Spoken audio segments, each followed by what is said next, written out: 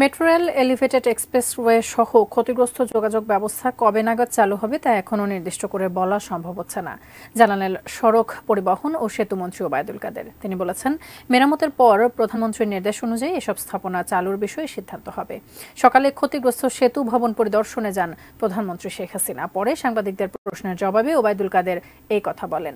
তিনি জানান, সেতু ভবনে কারা আগুন দিয়েছে, সিসি ক্যামেরার ভিডিও ফুটেজ সহ যাবতীয় আলামত আইন শৃঙ্খলা বাহিনীর হাতে তুলে দেওয়া হয়েছে। সাধারণ কোটা বিরোধী আন্দোলনকারীরা এর সঙ্গে জড়িত নয় বলেও মন্তব্য করেন আওয়ামী লীগের সাধারণ সম্পাদক। আরেক প্রশ্নের জবাবে সেতুমন্ত্রী জানান, পদ্মা সেতুর দুই প্রান্তের টোল প্লাজা সহ বিভিন্ন স্থাপনা পুড়িয়ে দিতে পরপর 2 দিন চেষ্টা করেছে নাশকতাকারীরা। এই নাশকতার সঙ্গে বিএনপি জামায়াতের সন্ত্রাসীরা জড়িত অভিযোগ ওবায়দুল কাদেরের।